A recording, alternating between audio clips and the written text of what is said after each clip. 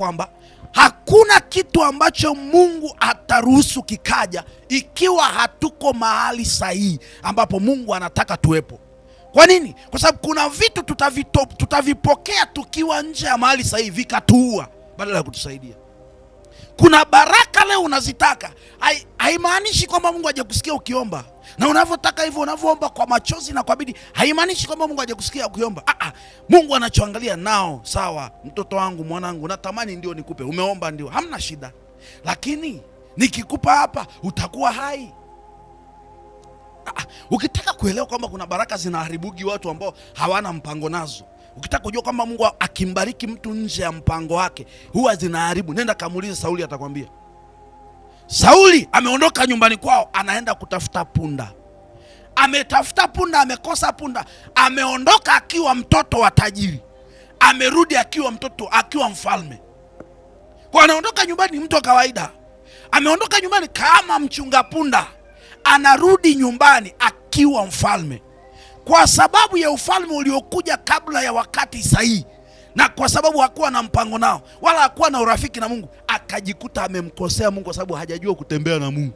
Hajafundishwa ukali wa Mungu ukoje, hajafundishwa sura ya upande wa pili ya Mungu ikoje. Kwamba Mungu akikwambia nenda hivi, Mungu akikwambia ni moja ni moja, akikwambia mbili ni mbili, akikwambia tatu ni tatu, akikwambia usigeuke. Yeye alizani Mungu ni wale wafanyabiashara wa baba yake ambao anafanyaga nao biashara. Kwamba anaweza akamwambia fanya hivi, leo tutafanya biashara hii, alafu baadaye anamgeukia, anamtengenezea Mungu mazingira ya rushwa. Amesahau kwamba Mungu afanyaje hizo biashara. Mungu akikwambia twende, tunaenda. Mungu akikwambia no, inabakia hivyo hivyo, ni no, haibadilikagi kuwa yes. Hivyo hivyo ni no. Na Mungu akusaidie kutembea katika huo msimamo. Utembee katika, akisema yes, tembea katika yes yake. Akisema no, kuna watu wengi wamekaa kwenye baraka za Mungu na ni Mungu mwenyewe kawabariki kabisa, wakiwa na mkataba na Mungu halisi, lakini baada ya muda wakakengeuka ile mikataba, wakajikuta wameanguka kwenye zile baraka. Nataka nikwambie kitu kimoja, hakuna kitu kigumu kwenye hii dunia na kwenye haya maisha kama kurudishiwa baraka uliyowahi kuipoteza. Hakuna kitu kigumu kama. Nenda kamuulize Yakobo na Sauli, atakwambia. Esau, nenda kamuulize Yakobo na Esau. Esau amempa mdogo wake nafasi ya uzao wa kwanza, yeye aliona si kitu.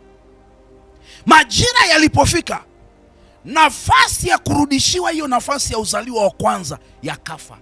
Haikuwezekana. Ni rahisi sana kuombewa mara ya kwanza ukapokea muujiza, but it's not easy to reply, kurudisha umuujiza kwa mara ya pili kama utaupoteza kwa makusudi. Na kwa bahati nzuri au mbaya, kwa Mungu hakunaga bahati mbaya. Ai, hiyo kanuni ni ngumu. Kwa Mungu hakunaga bahati mbaya. Mungu akishasema hivi ni hivi, akishasema twende huku twende huku, akishasema tugeuke tunageuka. Anaga hiyo biashara kusema ilikuwa bahati mbaya. Ukitaka kuelewa, nenda kawaulize kina Kora, watakwambia. Ukitaka kuelewa kanuni za Mungu, nenda kaulize kina Kora.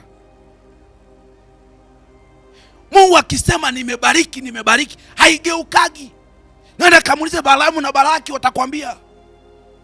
Ilikuwa inawezekana kabisa Balaamu kwenda kupeleka na mazingira, akaenda akawashtaki Israeli na wakalaaniwa. Ametengeneza madhabahu, ametengeneza mazingira. Kwa taarifa yako, kila madhabahu ilibeba sadaka zaidi ya 14. Ibada moja ya kumlaani Israeli ilibeba sadaka zaidi ya 14. Zilikuwa zina uwezo wa kutangua zile baraka, kwa sababu Israeli hawalikuwa hawajui kanuni ya kutunza muujiza wa kutembea na baraka za Mungu. Hawajui. Wamekutana na ahadi ya baraka kwa Ibrahimu, kuzitunza hawajui. Kwanza wana kiburi.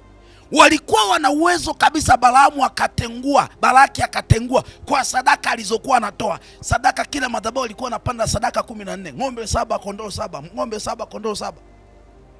Kila madhabahu alivyokuwa anaipandia sadaka, ilikuwa na uwezekano kabisa wa kutengua hiyo baraka. Lakini kwa sababu kweli ya Mungu ni kweli, haijawahi kugeuzwa na mwanadamu. Yaani nataka nikwambie hivi, inawezekana kabisa kuna watu wanakuangalia vibaya na wanakung'atia meno, wanatamani kuna siku wakudondoshe chini. Ikiwa Mungu alisema nitakubariki, waambie waendelee kusubiri. Inawezekana wakafa wakakuacha ukiwa kwenye baraka hiyo hiyo na wasikuondoe. Ni inawezekana kabisa kabisa. Haleluya. Bwana Yesu apewe sifa sana. Now, kuna maeneo machache leo nataka tuangazie. Moja ya kitu ambacho natamani ugundue ni hiki. Moja ya kitu ambacho natamani ujue ni kitu kimoja kinachoitwa usimkatie Mungu tamaa. Kwa sababu Mungu sio mwanadamu. Never. Usimkatie Mungu tamaa. Inawezekana kabisa mahali ulipo, hata ukimwambia mtu yote anakuambia kwa kweli hapo nenda tu kwa huyo mganga. Inawezekana kabisa. Inawezekana kabisa mahali ulipo, hata mchungaji umejaribu kumwambia amekosa jibu la kukupa. Inawezekana. Ni kweli. Lakini nataka nikwambie, yeyote aliyebeba kitu kikubwa huwa hakina tafsiri mbele za watu ila mbele za Mungu mwenyewe. Na Biblia inasema ashukuriwe Mungu wa mbinguni ambaye yeye hajawahi kuruhusu tujaribiwe tusikoweza kushinda. Kila jaribu aliloliachilia, ameachilia akiwa anajua tunaweza, tutashinda, tutaenda. Na mbaya zaidi, amesema kwenye Zaburi, nitakufundisha, nitakuongoza, nitakuelekeza njia utakayoiendea, huku jicho langu likikutazama. Ikiwa Mungu ameruhusu kipimo kwako, hata kama upo kanisani, usije ukawahi kufikiri Mungu amekuacha. Kwa sababu kuna vitu vingine inabidi vibebe utukufu wa Mungu, na haviwezi vikabeba utukufu wa Mungu kwenye mazingira ambayo wanadamu wanaweza wakayachambua. Haiwezekani. Yaani jambo ili libebe utukufu inabidi limshinde mwanadamu. Inabidi ifike kiwango ambacho mwanadamu akitaka kukushauri anashindwa cha kukushauri. Ikifika hapo, Biblia si imesema na Mungu anasema, anasemaje? Pale akili za mwanadamu zinapoishia ndipo na Mungu huanzia. Umewahi kutafakari ukubwa hili andiko? Akili za mwanadamu zinapoishia ndipo Mungu anapoanzia. Maana yake nini? Mungu anataka afike mahali umwachie yeye. Yaani umwangalie, umwambie sasa, kama hapa nilipofika, if I die let me die, but I'm die because of you. Umegoma kunisaidia, acha niende. Na kwa sababu Mungu hajawahi kumwacha mtu akashindwa kumsaidia, huwa anafanya kwa uaminifu na kuwabeba wote walio wake. Ataanza kukubebea hapo mahali ambapo watu wameshindwa kukushauri, mahali ambapo watu wanakwambia jipe moyo, mahali ambapo watu wanakwambia tutakuombea, mahali ambapo watu wanakwambia kiukweli mahali hapa hata sisi hatuna majibu. Hapo ndo mahali Mungu anapasubiri ili aanze safari na wewe. Lakini hapa ambapo unaweza kusaidiwa ushauri, nataka nikwambie, hata aliyekushauri pia atajivunia ushauri wake kwako. Na Mungu ndo kitu hataki. Mungu hataki kushare utukufu na mtu anaitwa mwanadamu. Mungu anataka kushare utukufu peke yake, abakie yeye kwamba yeye ndo kafanya. Ukifika mahali mtu anaweza kukwambia njia ya kufanya kwenye jaribu ulilonao na ukapata njia, bado hujamaliza darasa lako. Yaani kuna mahali inabidi upite katika kiwango ambacho Mungu akiangalia namna anasema hata shetani akutokea saa 10 usiku ajidanganye mbele zako kwamba yeye ndo Mungu, una uwezo wa kumgundua. Lakini ukifika mahali una uwezo wa kutatua tatizo kiwepesi. Ujiandae kwa ajili ya shule yako nyingine mbele. Mimi nawaambia watu, kiukweli kwa shule ambayo Mungu alinipitisha hapo nyuma, kwa wakati huo niko mdogo, nafukuzwa nyumbani kwa sababu ya wokovu, nafukuzwa nyumbani na miaka yangu 11, nafukuzwa nyumbani, naenda kukaa huko mtaani porini. Kama Mungu angenipitia ile shule niliyopita hapo katikati, kama Mungu angenipitisha kwa wakati huu, sijui, labda neema ya Mungu ingeniingilia, ingenisaidia. Lakini kiukweli sijui kama ningefanikiwa. Sijui. Lakini ilikuwa ni darasa ambalo kila unayemwambia anakuambia, wewe inabidi tukupeleke mahali fulani ukachanjwe, wewe inabidi tukupeleke mahali fulani ukafanywe hivi. Unaongea na mchungaji namna hii. Nimewahi kwenda kwa mchungaji mmoja, ni prophet, nikaenda nikaongea naye kwa habari ya biashara yangu. biashara yangu ilikuwa inaenda inakufa, ndio ilikuwa inaenda kufa. Nikamfanya nikamwambia, mzee, biashara yangu ndio inakufa hivyo. Akaniambia acha ife. Nikamwangalia yule jamaa nikamwangalia kiukweli, kwa miaka hiyo, najua miaka imeshapita mingi, almost karibu zaidi ya miaka 10 sasa. Nikaenda kwa sababu hiyo, kwa sababu ya lile neno, nikaondoka kwa hasira pale. Yule mtumishi wa Mungu hata simkumbukagi mpaka leo, sura yake sikumbuki na jina lake silikumbuki, kwa hasira. Nampelekea mtu shida yangu, namwambia I say biashara yangu inakufa, anakuambia acha ife. Baadaye ndo nakuja kuelewa kwamba kwa nini aliniambia acha ife. Maana kilitakiwa ifike mwisho mahali ambapo watu hawawezi kuniambia kitu chochote, na mimi mwenyewe nimekosa njia yote ambayo siwezi nikajipelekea utukufu. Nikafika hapo nikaanza kumtegemea Mungu, ili Mungu saa niambie cha kufanya ambacho nitakifanya kikiwa sahihi. Hasa haikuwa rahisi. Lakini nilipofika hiyo mida na kumuelewa Mungu saa hiyo, nilipomuelewa Mungu saa hiyo, nikalianza upya darasa. Ule muda ambao nimemkwepa Mungu miaka yote, ikanibidi nianze upya. Nikalianza darasa upya. Lakini namshukuru Mungu, leo ndo mimi huyu nakwambia habari za Mungu. Kwa sababu gani? Nilifanikiwa kulishinda darasa langu. Nataka nikwambie, mahali ulipo sio pabaya, wala sio pazito, wala sio pagumu. Ni pagumu ukiamua kupafanya wewe kuwa pagumu. Kumbuka nimesema, kila changamoto inayokuja kwenye maisha yako haiji kama changamoto, inakuja kama fursa. Ni wewe ndo unaamua iwe changamoto ama iwe fursa. Haleluya. Naam, tuangalie kile kitabu cha Daniel, ile sura yake ya 6. Haleluya. Daniel ile sura yake ya 6. My God, my Lord. Shantelima kaparadus. Daniel ile sura yake ya 6. Tukiangalia kwanza ule mstari wake wa kwanza, afu baadaye tutaendelea na mistari mingine hapo mbele.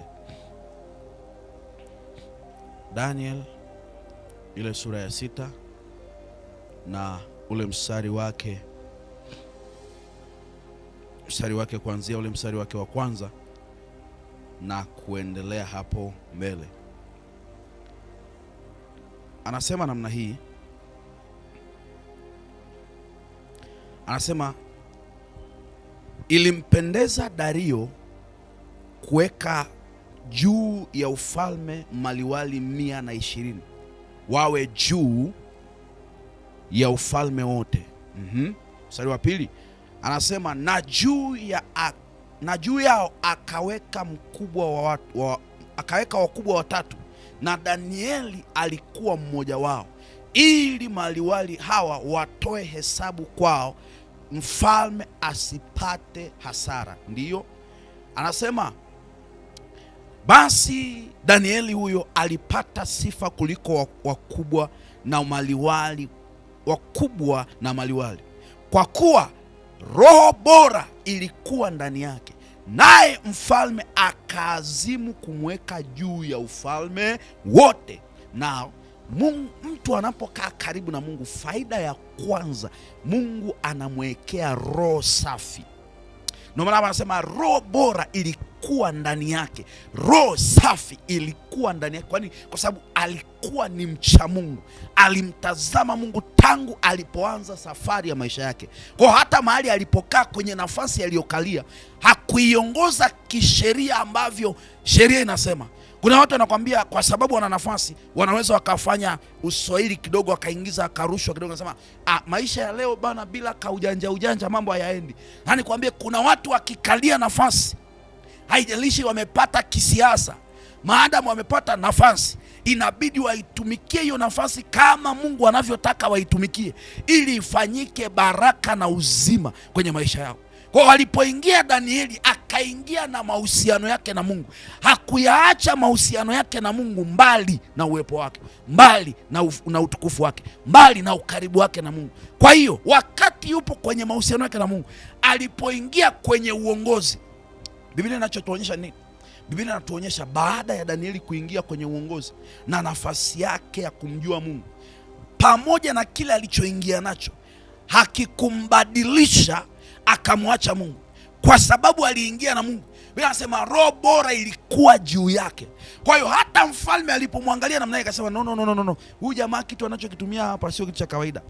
Huyu jamaa ana ufahamu mkubwa. Akimwangalia namna anasema huyu ufahamu alionao huyu jamaa sio ufahamu wa kawaida. Kwa hiyo kwa sababu hiyo nini kifanyike? Kwa sababu hiyo kilichopaswa kufanyika ni kumnyima Danieli nafasi na kibali mbele za Mungu.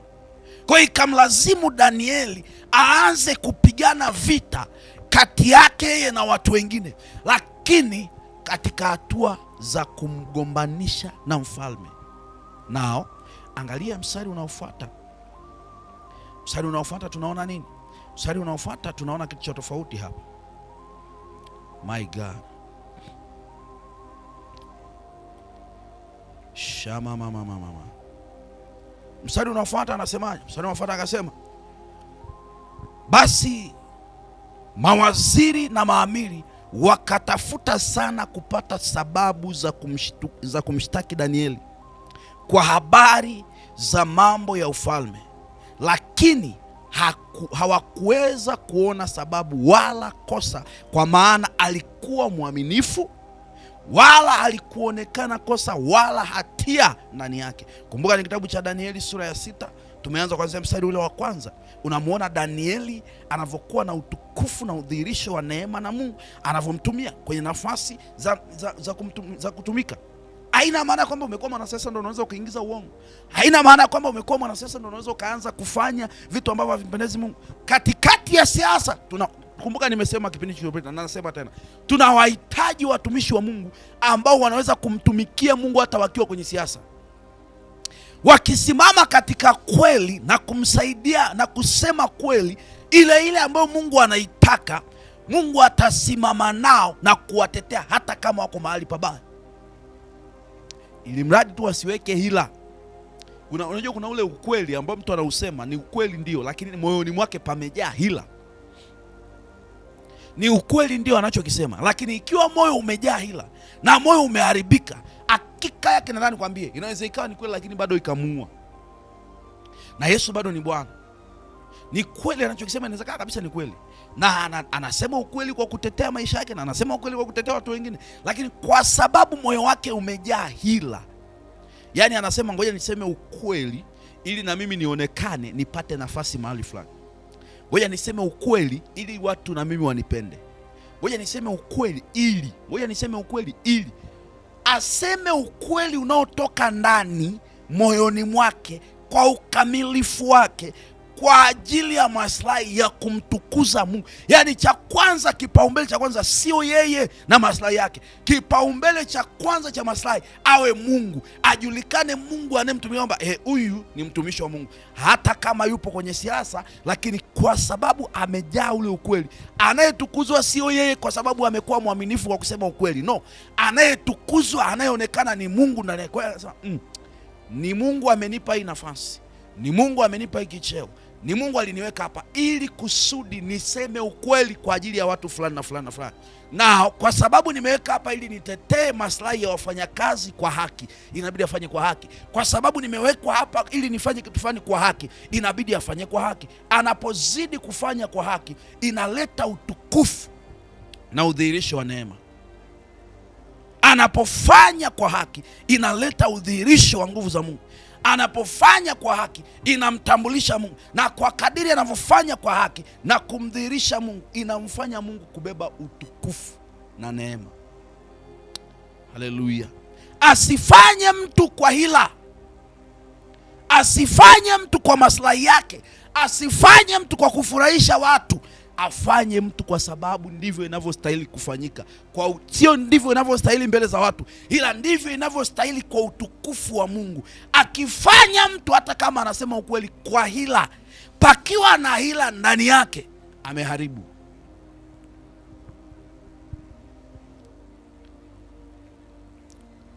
Nao anasema kwa sababu alikuwa mwaminifu, wala halikuonekana kosa wala hatia ndani yake. Ndiyo anasema, ndipo wale watu wakasema, hatutapata sababu ya kumshtaki Danieli huyo tusipopata katika mambo ya sheria ya Mungu wake. Yaani kuna majira inafika inabidi watu wakufarakanishe na Mungu. Kuna majira inafika inabidi useme uongo.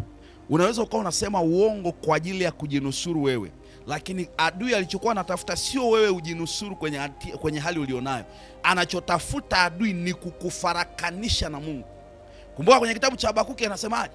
Anasema nawe uwafanya watu kama wadudu wasio na mtawala, wadudu watambaao wasio na mtawala, ambao hawa wadudu wasio na mtawala wanaenda hivyo hivyo. Kwa hiyo shetani anachokifanya ni kumnyang'anya mwanadamu nafasi ya kutawaliwa na Mungu, ili ampeleke kwenye uwazi, amuondoe kwenye mahusiano yake na Mungu, ili apate nafasi ya kumpiga. Kwa nini hao walikuwa wanataka kumuua Danieli? Walikuwa wanataka kumuua Danieli kwa sababu moja tu. Sababu iliyotaka wao kumuondoa Danieli ni kwa sababu wao walifanya hila na wao walitaka rushwa, lakini Danieli hakuchukua rushwa na bado alikuwa anafanya kwa haki na alikuwa anafanikiwa. Yaani kuna watu wanaamini hivi, pasipo rushwa hawawezi kufanikiwa, kwa hiyo inabidi waeke rushwa. Wanashangaa kuna watu hawachukui rushwa kazini, hawachukui rushwa kwenye uaskari, hawachukui rushwa kwenye nafasi na ngazi walizonazo, lakini bado wanafanikiwa. Kwa sababu wamejiaminisha kwamba rushwa ndo njia bora ya maslahi kwao, inabidi wafanye, na kwa sababu kuna huyo anayewazibia wasiipate hiyo rushwa kwa uaminifu, inabidi wamtoe, wamfarakanishe. Kwa walipotafuta sababu zote wakakosa, wakaja wakagundua sababu pekee ambayo inaweza kutufanya sisi na Danieli tumuondoe hapa ni kuhakikisha kwamba tunamfarakanisha baina yake yeye na Mungu. Twende ule mstari wake wa 17 nikuonyeshe kitu hapa. My God, my Lord. Na nikuonyeshe kitu kwenye mstari wake wa 17.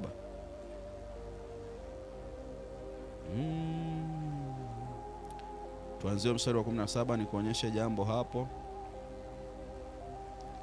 Anasemaje? Anasema namna hii.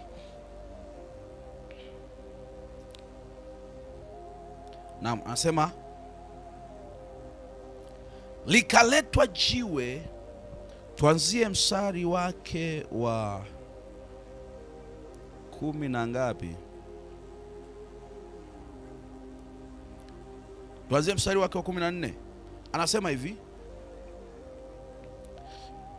basi mfalme aliposikia maneno haya alikasirika sana, akakaza moyo wake ili kumponya Danieli, akajitaabisha kumwokoa hata jua likacho. Alijitahidi kumpigania Danieli kwa sababu Danieli alikuwa mtu wa haki, na hata mfalme aligundua hili, na hakujua kama mwanzoni wakati wanamtengenezea hila ya kutengeneza sanamu ya kuabudu, hakujua kama walikuwa wanamfanyia hila. Kwa hiyo ililazimu mfalme baadaye alipokuja kugundua kwamba kumbe kuna mtu alikuwa anamlenga, inabidi ahangaike kumlinda huyu mtu. Anasema alipoona kwamba haiwezekani, akageuka.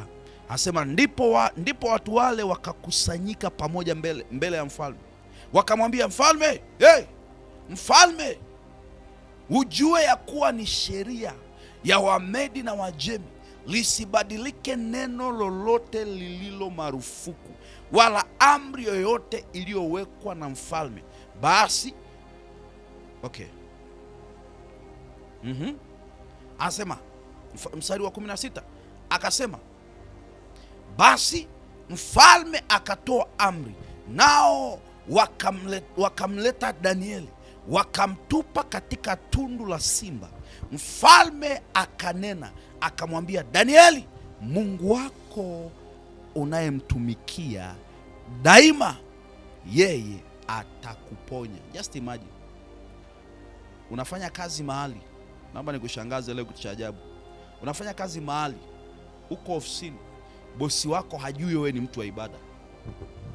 Unafanya kazi mahali, hata wafanyakazi wenzio hawajui kwamba wewe ni mtumishi wa Mungu ama umeokoka. Unafanya kazi mahali, just imagine, Danieli ana nafasi, ametengenezewa sanamu. Huyu Mungu ambaye alikuwa anamwabudu Danieli, hata ilipotangazwa sheria ya kumuondoa Danieli kwenye msingi wa ibada yake, Danieli akaendelea kuabudu. Katikati ya ile ibada, mfalme alipomwangalia Danieli akagundua zile hekima nilizokuwa naziona kwa Danieli, yale maarifa niliyokuwa nayaona kwa Danieli, zile njia nilizokuwa naziona kwa Danieli, zile hekima nilizokuwa naziona kwa Danieli, yale maelekezo niliyokuwa nayaona kwa Danieli, haya yote niliyokuwa nayaona yalikuwa yanatoka kwa huyu Mungu. Na kama yalikuwa yanatoka kwa huyu Mungu, maana yake huyu Mungu anastahili kuabudiwa. Na sasa sina namna ya kuwaambia, mfalme mwenyewe moyoni mwake anamjua Mungu wa Danieli, ameshaona matukio ambayo Danieli ameyafanya yakamthibitisha Mungu wake anayemwabudu, akawa wazi, akaonekana mbele zake. Kwa sababu hiyo akawa mnyenyekevu katika kiwango ambacho kila aliyetaka kumtafuta Danieli alimtafuta na alimuona Mungu aliye ndani ya Danieli. Na kwa sababu hiyo yakafika majira ambayo Danieli hakuwa na cha kufanya, wala mfalme hakuwa na cha kufanya.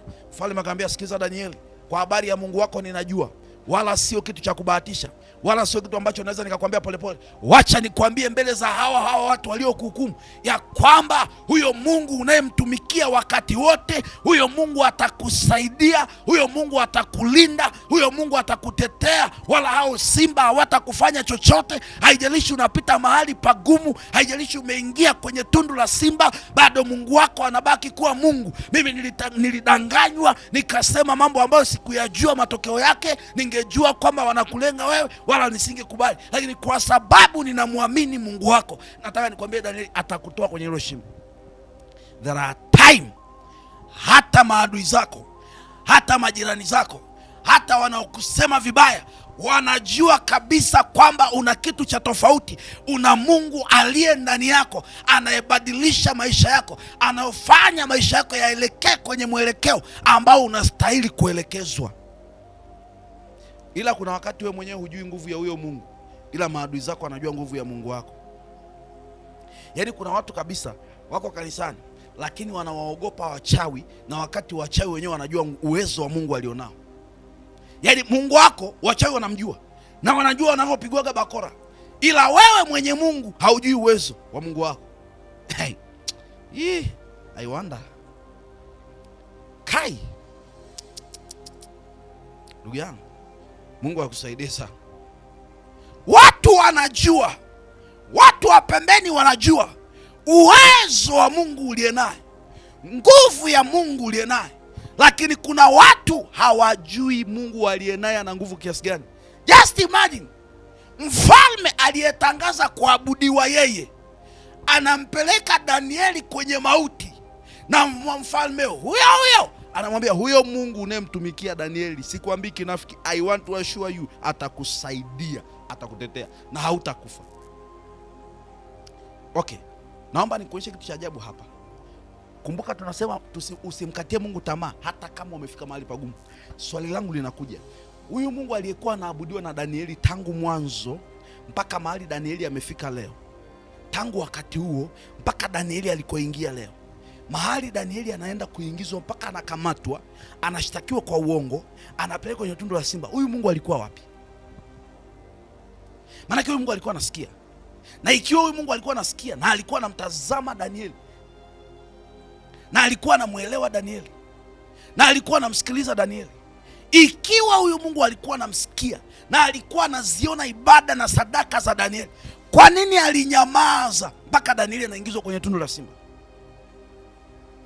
Unajua kuna wakati unafika mahali unamwona Mungu kama ameruhusu uingie kwenye mateso, alafu unasema kwani Mungu haoni? Nisikilize nikwambie, Mungu anaona, lakini akikuokoa kabla haujaingia huko haitaleta heshima. Danieli angeokolewa kabla hajaingizwa kwenye tundu la simba, Danieli asingekuwa na heshima, angeonekana mfalme ndio mwenye makosa kwa sababu amemtetea. Lakini Danieli aliporuhusiwa kuingia kwenye tundu la simba, kesho wake wakategemea kukuta amekufa, wakamkuta akiwa hai. Kila aliyesikia zile habari alitetemeka. Hata mfalme alipoanza kutangaza hukumu, hakuna aliyezuia hukumu yake, kwa sababu aliyekuwepo katika hilo jambo na aliyefanya ilikuwa ni katika haki, ambayo kila aliyesikia masikio yake aliwasha. Kuna vitu vingine unataka kuviharakisha, havitakuwa na utukufu. Kuna majibu mengine na miujiza mingine unataka kuiharakisha, haiwezi kuwa na matokeo. Kuna vitu vingine unalazimisha vitokee, havitakuwa na kitu cha kutisha. Inaweza ikawa kawaida kabisa. Kuna saa unataka muujiza, alafu unataka muujiza ufanane na mtu fulani. Kuna wakati Mungu anataka akushangaze wewe zaidi ya huyo fulani. Kikubwa tu tulia vile Mungu anavyotaka utulie, na atakusaidia katika kiwango ambacho hata kuna huyo akisikia anasema okay, naomba unifundishe njia ulizotumia kumwabudu huyo Mungu mpaka akakupa. Yaani kuna saa tunafanya vitu ambavyo hata maadui wakiviangalia namna hiyo, wakivisikiliza wanasema oh my God, huyo Mungu ni wa namna gani? Huyu Mungu ni wa namna ipi? Hizi habari za huyu Mungu, mbona kama ni huyu Mungu tulikuwa tunamsikia? Mbona kama ni huyu Mungu tulikuwa tunaambiwa habari zake? Imekuwa kwaje leo huyu Mungu akabadilisha maelekezo? Usiruhusu ukauziwa uoga. Nataka nikwambie, uoga ni bidhaa na shetani anatuuzia kila siku. Ukikubali kuuziwa uoga, imekula kwako.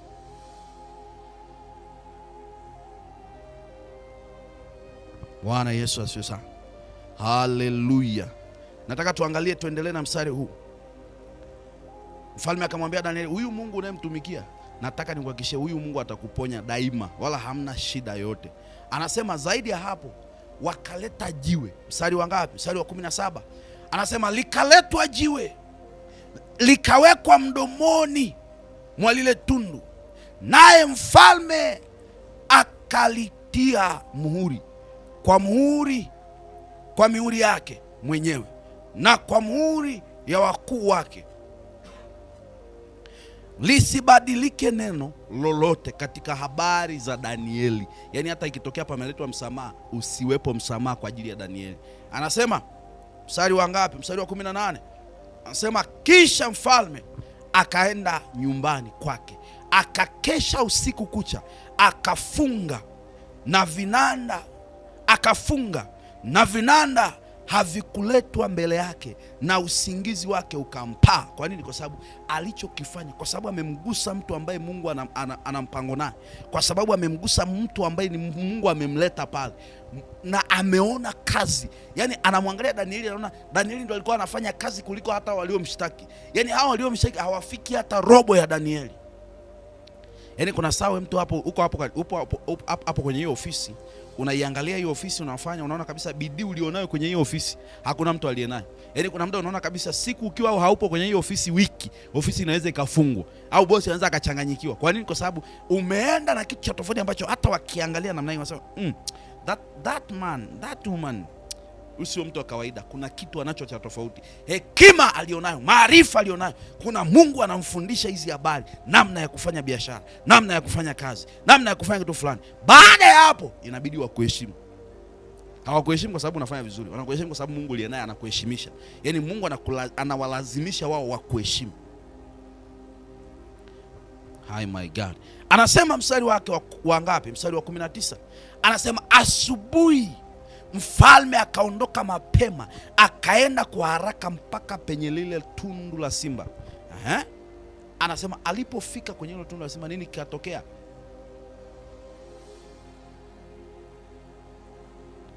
Okay. Anasema mstari wa 20. Naye alipokaribia lile tundu la simba, akamlilia Danieli kwa sauti ya huzuni. Mfalme akanena akamwambia Danieli, Danieli mtumishi wa Mungu aliye hai, Mungu aliye hai. Hata mfalme anajua Mungu anayemwabudu Danieli ni Mungu aliye hai. Akamwambia, je, Mungu wako unayemtumikia daima aweza kukuponya na simba hawa? Ndipo Danieli angalia mstari wa 21. Ndipo Danieli akamwambia mfalme, mfalme, uishi milele. Ndio. Akasema sawa, napokea kuishi milele. Ndio. Anasema Mungu amenitumia malaika wake, naye ameyafumba makano ya simba, nao hawakunidhuru, kwa kuwa mbele zake mimi nalionekana kuwa sina hatia.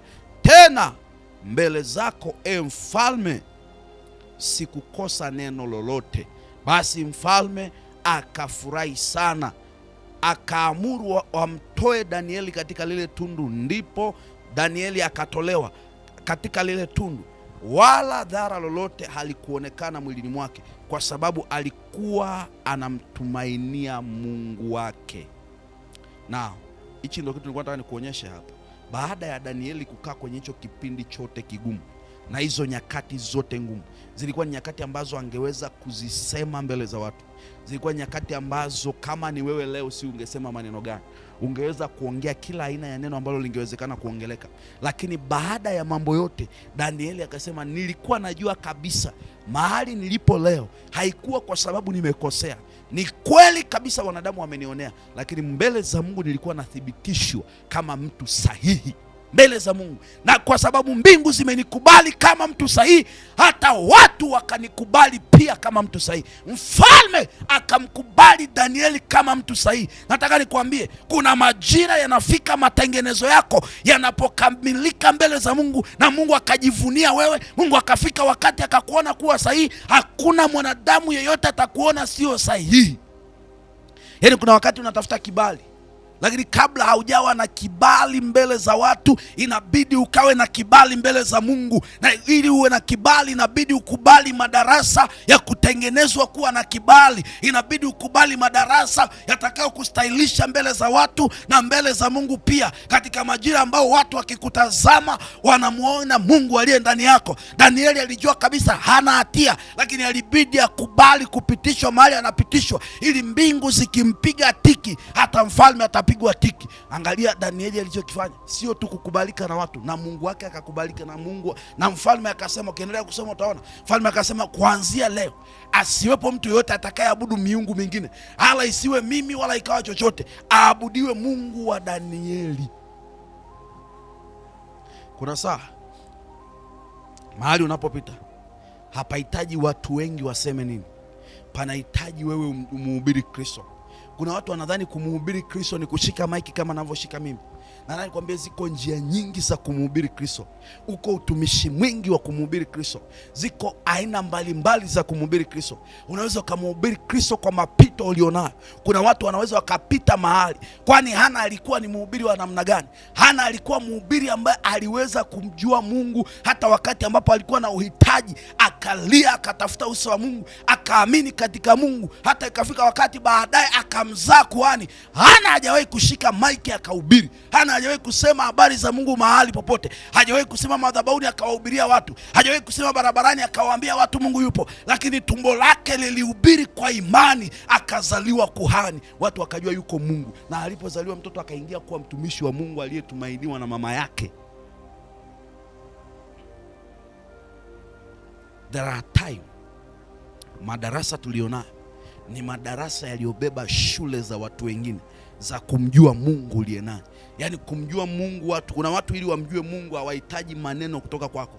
Kuna watu ili wamjue Mungu wameandaliwa wapate darasa kupitia wewe. Yaani wewe uwafundishe kile ambacho wanapaswa kukifanya, kilete utukufu. Yaani wakikuona umepita na umeshinda hilo darasa, wajue okay, yuko Mungu. Umepita kwenye ulevi wa miaka mingi, umepita kwenye magonjwa ya miaka mingi, umepita kwenye madeni ya miaka mingi, umepita kwenye wakati wa kukataliwa miaka mingi. Yafike majira ambayo Mungu akifanya namna hii, akigeuza, anatengeneza picha ambayo watu wakiangalia wanasema tunamhitaji huyo Mungu uliye naye. Danieli alipopita mahali alipopita, mfalme akasema, nao kuanzia leo ninamtambulisha Mungu wako Danieli awe Mungu wa nchi hii. Ataabudiwa na kiwete na kipofu na kilema, na yeyote ambaye hataabudu huyo tutamtupa humu.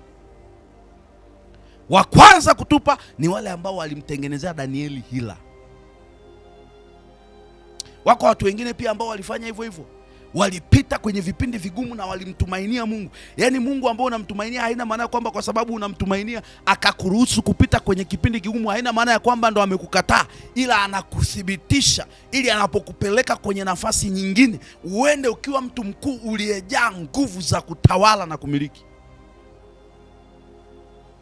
Kuna wakati hauwezi kushinda hivi hivi. Inabidi mbingu zikuthibitishe kwanza. Mbingu zikisha kuthibitisha ndipo mambo mengine yaendelee. Watu hawawezi wakakuelewa mpaka Mungu amekuelewa kwanza. Nenda kawaulize Meshaki, Shadraka na Abednego, watakwambia.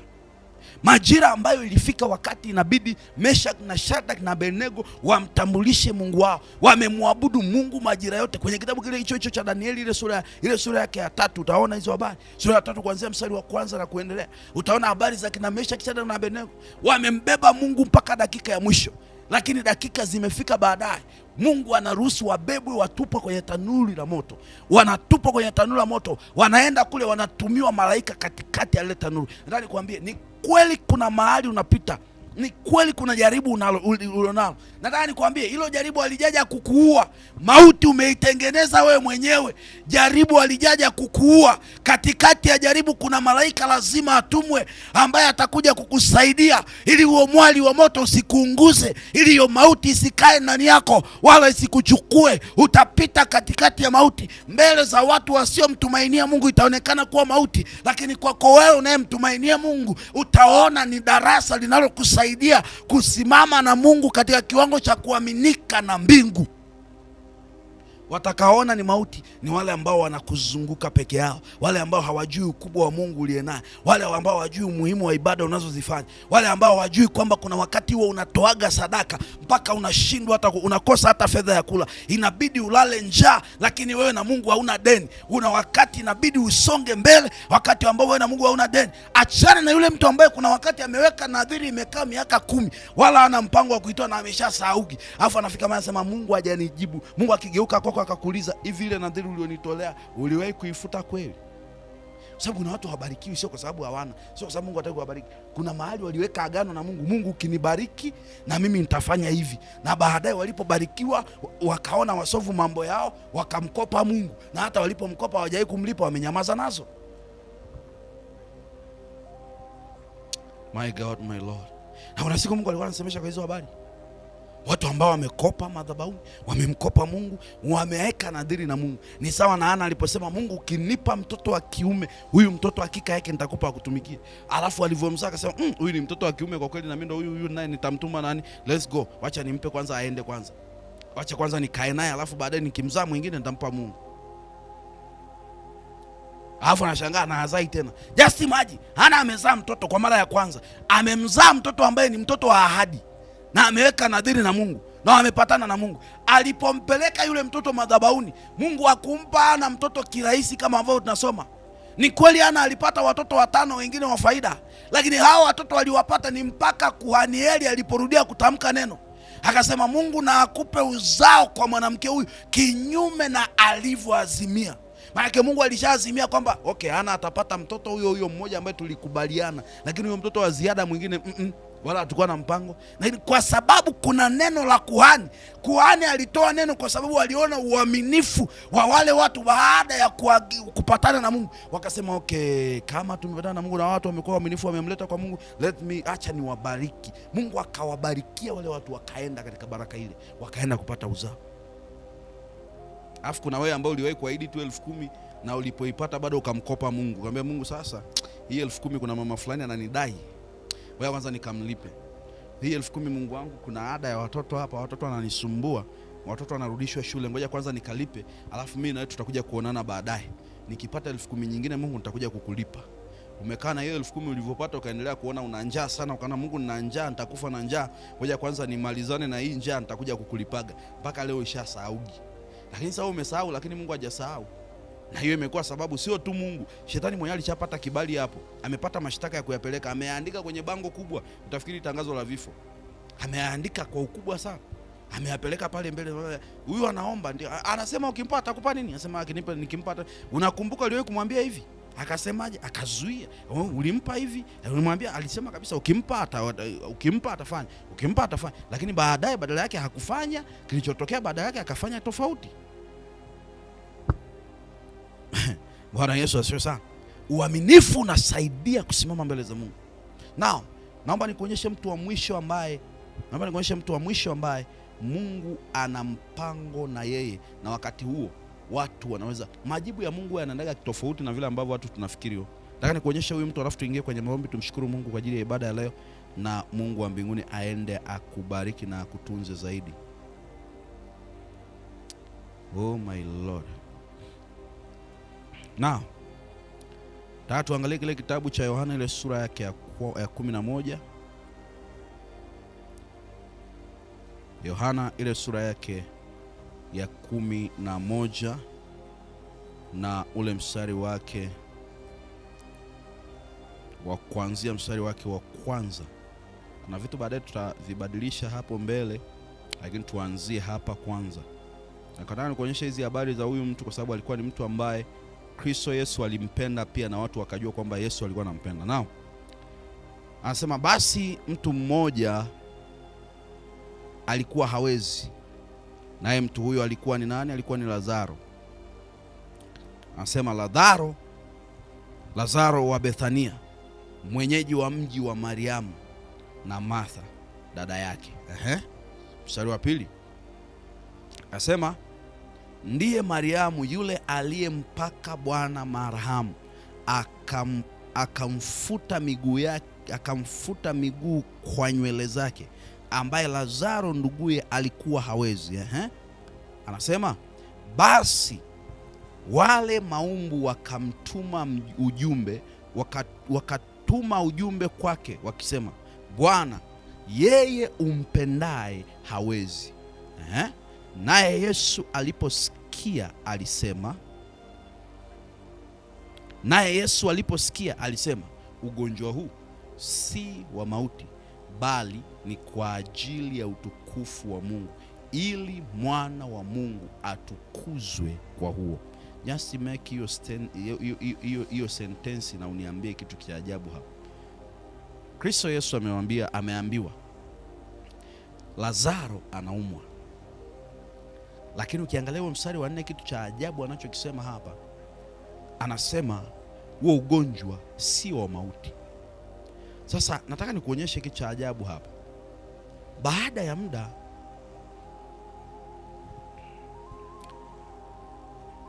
muda siku zilipoenda, baada ya hii statement ya Yesu kwamba ugonjwa sio wa mauti, Lazaro tunaonyeshwa alikuja akafa. Ukiendelea na hiyo verse ukisoma huko chini utaona. Tunaonyeshwa Lazaro alikuja akafa. Na ukumbuke Yesu alitoa majibu akasema, huu ugonjwa sio wa mauti. Ugonjwa huu ni kwa ajili ya utukufu wa Mungu, ili mwana wa Mungu apewe utukufu, ajitwalie utukufu kwa ugonjwa huo. Yaani matatizo yako, changamoto zako ulizonazo, nyakati ngumu ulizonazo, Mungu hazihesabu kama zitakuua, ila Mungu anazihesabu kama sehemu ya yeye kujitwalia umaarufu. Lazaro anaumwa mpaka ndugu zake wanasema huyu anakufa. Wakapeleka mpaka wanafika mahali wanapeleka habari kwa Yesu, manake hali ni mbaya. Lazaro anakuja anakufa kweli, na Yesu amesema huyo mtu hatakufa. Wewe unafikiri ilikuwa ni namna gani kumuelewa Yesu hapa? Yaani sawa na sasa hivi unakuja na kuambia unaniambia mchungaji ninaenda kuachika, alafu nakwambia utaachika. Alafu unafika pale unashangaa umeachika. Unaweza kujiuliza kwani Mungu ni muongo? Kuna wakati unaweza kaona kabisa Mungu ni muongo, lakini ukweli ni kwamba Mungu hajawahi kuwa muongo na hawezi kuwa muongo. Na sio kanuni ya Mungu kuwa muongo, na sio utaratibu wa Mungu kuwa muongo. Utaratibu wa Mungu ni Mungu kutembea na kanuni za watu wake. Ni utaratibu wa Mungu kubariki maisha ya watu wake. Ni utaratibu na Mungu kuwa mwaminifu na mkweli. Akasema ugonjwa huu hautakufa. Kuna wakati unaweza ukawa kwenye kipindi kigumu, lakini unaambiwa mbona, yani kila tukikaa tukiomba, mbona naona ushindi, lakini ukiangalia huoni huo ushindi. Yani kwa namna yote ule unajaribu kutafuta ushindi lakini hauonekani. Lazaro anaambiwa huu ugonjwa sio wa mauti. Baada ya siku kadhaa mbele, Lazaro anakufa. Je, Yesu ni muongo? Hajafa tu akaenda akafa. Wakaomboleza siku ya kwanza, ya pili, ya tatu, wakaomboleza kadiri ya siku walizokuwa wamepanga kwao ni siku za maombolezo. Zikafika siku za kuzika. Yaani Yesu ana mambo magumu sana. Inahitaji watu wanaomuelewa na waliojisacrifice mno kumuelewa Yesu na kumuelewa Mungu. Na inategemea pia unataka kutembea na Mungu kwa kiwango gani. Kiwango chako unachotaka kutembea na Mungu ndio kinachoweza kuamua ukae na Mungu kwa kiwango gani. Kuna nyakati unaweza ukafika mahali ukaanza kuona kama Mungu ni muongo na amekudanganya, amekuacha, wala hana mpango na wewe. Ukadhani ya kwamba Mungu hasikii kile unachokiomba. Ukadhani ya kwamba Mungu amekuacha wala hana mpango na wewe. Kumbe bado Mungu anaendelea kutengeneza mazingira ya kujithibitishia wewe. Na sio yeye kujithibitishia wewe, no, ni kumthibitishia shetani ya kwamba haujakosea wala hausemi kwa unafiki. Sababu shetani jambo la kwanza wewe na wakeo wana alopelekaga mbele za Mungu, ambia huyu mtu anaomba lakini ni mnafiki, moyoni mwake hana ukweli. Hana kweli yoyote ambayo inakuthibitisha kwamba anakupenda kweli. Huyo anaongea tu mdomoni. Ikafika mahali Lazaro akafika hatua ya kuzikwa, Yesu hajaja. Wakakaa siku ya kwanza baada ya kuzika, Yesu hajaja. Wakakaa siku ya pili baada ya Lazaro kufa na wakazika, Yesu hajaja. Siku ya tatu hajaja. Siku ya 4 ndo Yesu anakuja. Yaani kana kwamba kama ni kufa amekufa, na kama alikuwa amezikwa kabla hajafa, ina maana kwamba wamemwacha afie umle. Maana kama amezikwa hajafa inabidi afie kaburini. Alipofia kule, walipoona kwamba sasa ndio zile siku 4 zimeisha. Unajua kabisa ndani ya siku 4 hamna mtu anaweza kusurvive ndani ya siku 4 akiwa kaburini, lazima afe tu hata kama alimzika hai. Walipoona sasa, Yesu alipogundua sasa hii imetosha kubeba utukufu, ndio sasa nikaelewa sasa. Hapa ndo narudi sasa kwamba ndio nikamuelewa yule mtumishi wa Mungu aliponiambia acha biashara yako ife. Yaani sasa ndo baadaye nilipoanza kusoma maandiko ndio nikamuelewa, kumbe ndo alikuwa anamaanisha kwamba acha ife ili iwe hivi. Akaniambia Lazaro akaenda, akaingia, Yesu akaenda, akaambia okay, huyo habari ya Lazaro. Alipofika tu akamfikishia habari, Lazaro amekufa. Laiti kama ungelikuwepo wala asingekufa. Ni sawa na unaposema kwani Mungu si unasikia ninavyokuomba? Mbona haunijibu wakati mwingine ambapo nakuwa najiandaa kwa ajili ya kufanya kitu fulani? Si ungenisaidia ili nisiibe fungu lako la 10? Si ungenisaidia ili nisifanye kitu fulani, nisiharibu madhabahu yako? Si ungenisaidia ili nisifanye hivi? Kuna wakati inabidi umuonyeshe na wewe Mungu. Yaani usihitaji tu kuwa mtu wa kupewa, ifike mahali na wewe Mungu ajivunie wewe kwamba na wewe ni mtoaji. Kwa sababu hakuna mtu ambaye ameweza kumlipa Mungu alipoamua kumtoa mwanae wa pekee yeye kuwa dhabihu kwa ajili yako na maisha yako na kukusaidia njia zako, kile ambacho unakifanya. Yalipofika majira, Yesu akamwambia okay, nao sasa kuanzia hapa naomba tufanye kitu kimoja. Naomba nipelekeni kwenye kaburi. Wakasema huyo mtu amekufa na ameoza. Elewa, na siku ya 4 kaburini, kana kwamba hafai hata kufunguliwa kaburi. Kaburi lina harufu mbaya. Bado wao wamesahau kama Yesu alisema ni kwa ajili ya utukufu. Yaani kuna mahali wewe mwenyewe unafika leo unasema Mungu amenisahau, Mungu ameniacha, Mungu hana mpango na mimi, Mungu anisaidie, Mungu anisikilize. Wakati unafikiria Mungu amekuacha na hana mpango na wewe, ndio wakati ambapo unazidi kujikatia tamaa na vitu vingine haviendi. Unajilaumu sana na sana na sana na sana na sana. Lakini nadhani kuhakikishie Mungu ana kazi na wewe tena kubwa sana. Wakati unadhani vitu vyako vimeharibika, havijaribika, viko gereji vinatengenezwa. Biblia inasema mfinyanzi chungu kiliharibikia mikononi mwake, naye akakifanya jinsi alivyotaka. Na nikwambie ni aheri uharibikie mikononi mwa Mungu kuliko uharibikie mikononi mwa watu, wala mikononi mwa vitu, maana vitakuharibu, vitakupoteza na hautakuwa na direction yoyote kwenye maisha yako. Utaharibika mpaka mwisho wa siku, hautaelewa unachokifanya. Nataka tuende tukaombe majira haya. Na leo tutaenda tunaomba, tutasimama na rehema tu. Wakati ambao tumesimama katika nyakati hizi, wakati ambapo tumejikatia tamaa, tumeweka manunguniko mengi mbele za Mungu, tumeongea na Mungu maneno magumu yasiyoelezeka. Wewe ambaye unanifuatilia mahali popote pale ulipo, inawezekana kabisa ukaingia kwenye maombi haya na ikawa hatua fulani ambayo ikakupeleka mbali zaidi na usimuelewe Mungu kwa viwango vikubwa sana. Na unatamani katika nafasi hii umwambie Mungu tu neno lolote. Unatamani katika nafasi hii useme na Mungu maneno 2 matatu. Unatamani umwambie Mungu, Mungu wewe unajua kile ambacho kipo ndani yangu. Mungu wewe unajua kile ambacho nimewahi kulalamika, na kumbe sikupaswa kulalamika. Kumbe nilipaswa kusikiliza yale ambayo uliniambia. Nilipaswa kuelewa yale majira ambayo yalikuwa kwangu. Wewe ambao unatamani kumtolea Mungu sadaka yako, acha niombe kwa ajili ya sadaka yako, na baada ya hapo tuingie kwenye maombi haya ya rehema, na ikafanyike baraka kwako, na ikawe neema ya kumgusa Mungu na kumsaidia, ukaoneshe moyo wako wa unyenyekevu na wa matengenezo. Daudi akasema katika Zaburi, usiniondolee Roho wako Mtakatifu. Lakini akaenda mbali zaidi akasema katika ule mstari wa 10 Zaburi ya 51, akasema Bwana uniumbie moyo wa unyenyekevu, uniumbie moyo wa ibada, moyo wa unyenyekevu. Nataka niombe kwa ajili yako. Wewe unanifuatilia kupitia YouTube na mitandao mingine, unaweza kuona namba hapo kwa ajili ya sadaka, na wewe ambaye uko mahali hapa utatoa sadaka yako baada ya ibada. Mungu wa mbinguni aende akakubariki. Nataka niombe kwa ajili ya sadaka yako, lakini wakati huo nikiomba kwa ajili ya sadaka yako, na wewe semesha sadaka yako, mwambie Mungu kitu kwa ajili ya hii sadaka. Usiwe umeitoa sadaka yako tu hivi katika mazingira ya kawaida, lakini mwambie Mungu sadaka yako isiwe mchango, sadaka yako iwe sadaka inayogusa moyo wa Mungu. Usitoe sadaka kama mchango, toa sadaka kama sehemu inayogusa moyo wako, na ibada yako ikawa ibada inayoenda kumgusa